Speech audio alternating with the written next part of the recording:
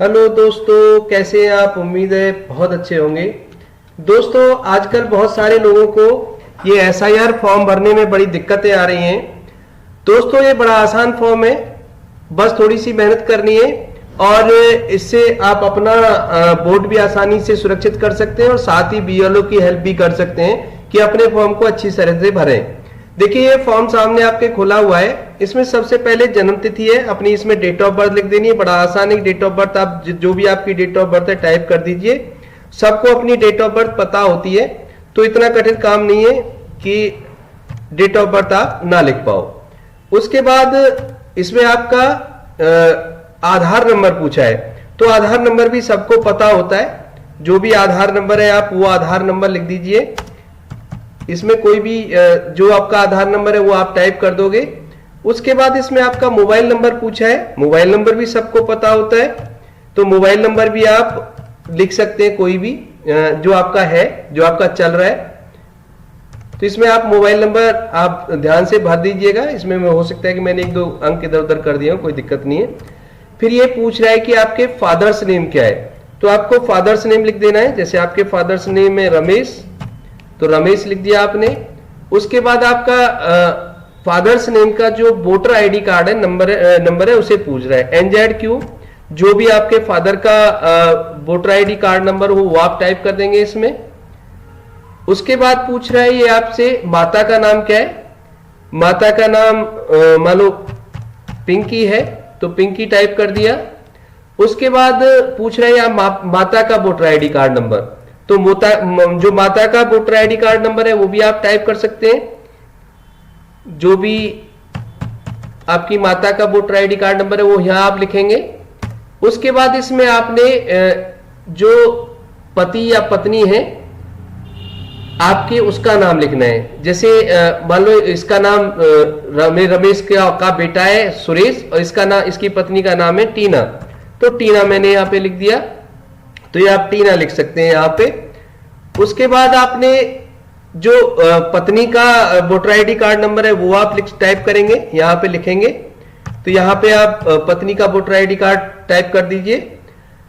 अगर आपके पास voter ID card number नहीं है तो पुरानी आपकी जो भी वोटर लिस्ट है वो आप इंटरनेट से निकलवा लीजिए, उसमें आपको ये चीजें मिल जाएंगी बड़ी आसानी से, तो आप ये काम कर सकते हैं। उसके बाद नीचे के 2 कॉलम है, ये कॉलम है उसके फादर्स के लिए, जो बच्चे का संबंधी है जिसका पहली वोटर का आईडी कार्ड में वोटर लिस्ट में नाम था, उसकी डिटेल यहां पे आपने भरनी है। जैसे मान लो आपके पिता थे जो 2003 में जिनकी वोटर आईडी कार्ड में जो नंबर था, या माता थी या दादा थे, उनका आपने यहां वोटर आईडी कार्ड नंबर लिख देना है यहां पे। उसके बाद उनसे संबंध क्या था, मान लो पिता थे तो पिता लिख देना है आपने, फादर या पिता जो भी आप इंग्लिश हिंदी में लिखो,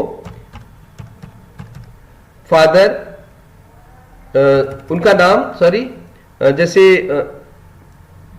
इनका जो नाम था, मान लो रमेश जी का नाम था, रमेश जी का वो था उसमें। और उसके बाद उनसे संबंध क्या था, उनसे संबंध फादर थे वो, ठीक है। किस जिले में थे, मान लो गौतम बुद्ध नगर में थे।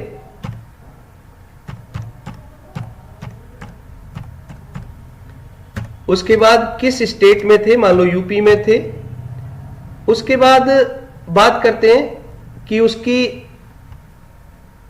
जो वोटर लिस्ट है 2003 की, उसमें क्रम संख्या क्या थी, भाग संख्या क्या थी, वो लिखना है। यानी विधानसभा क्षेत्र कौन सा था, मान लो विधानसभा क्षेत्र का नंबर ये था।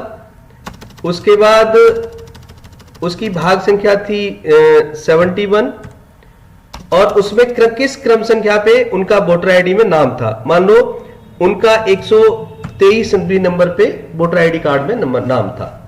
अब बात करते हैं कि उसका जो ये फॉर्म भर रहा है एसआईआर का, उसका जो किस नाम पे, मतलब किस वोटर आईडी कार्ड में अगर नंबर था पुरानी में, तो कहां था, किस जगह पे था।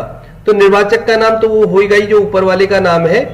उसके बाद अगर उसका वोटर आईडी कार्ड नंबर आपके पास है, खुद का तो होगा ही होगा, तो खुद का यहां पे भरना है। जो NZQ आपने ऊपर भरा है वो आपने टाइप कर देना है या भर देना है। और संबंधी कुछ नहीं, स्वयं लिख देना है, सेल्फ लिख देना है, सेल्फ खुद ही सेल्फ लिख देना है यहाँ पे। और संबंध में भी सेल्फ लिख देना है, कोई संबंध नहीं क्योंकि ऊपर वाला ही आदमी है ये। और जिला जिस जिले में था यानी इसी जिले में है तो ठीक है, कोई जिला बदला गया है तो उसमें जिले का नाम बदले हुए का नाम लिखना है। और उसके बाद राज्य का नाम लिखना है, मान लो यूपी है। उसके बाद आपने किस निर्वाचन क्षेत्र में है, मान लो जेवर निर्वाचन क्षेत्र है। ऐसे ही यहां पे भी हमने एक छोड़ दिया है निर्वाचन क्षेत्र, उसमें भी आपने निर्वाचन क्षेत्र यही टाइप करना है जिसमें उनकी थी, यूपी के जेवर में थी तो जेवर आपने टाइप कर देना है, लिख देना है। उसके बाद आपका जो उनका भी सेम ऐसे ही खुद का जिस नंबर पे हमारा वो था यानी 362 नंबर पे ही था। और उसके बाद भाग संख्या क्या थी, जिस भाग संख्या में आपका था, मान लो 71 भाग संख्या में था। और उसका सीरियल क्या था, सीरियल मान लो 124 था। इस तरह से ये फॉर्म भरना है, नीचे सिग्नेचर करना है, फोटो लगाने और जमा कर देना है। इतना कठिन फॉर्म नहीं है, बड़ी आसानी से बस जानकारी आपको जुटानी पड़ेगी। जानकारी जुटाने के बाद इसे भरना कठिन नहीं है। तो एक बार भर के देखिए, बड़ा आसान है। और फटाफट बीएलओ की और निर्वाचन आयोग की हेल्प कीजिए और अपनी भी हेल्प कीजिए कि आपकी वोट उसमें लिस्ट में रहे और आप देश के नागरिक हैं ये साबित हो।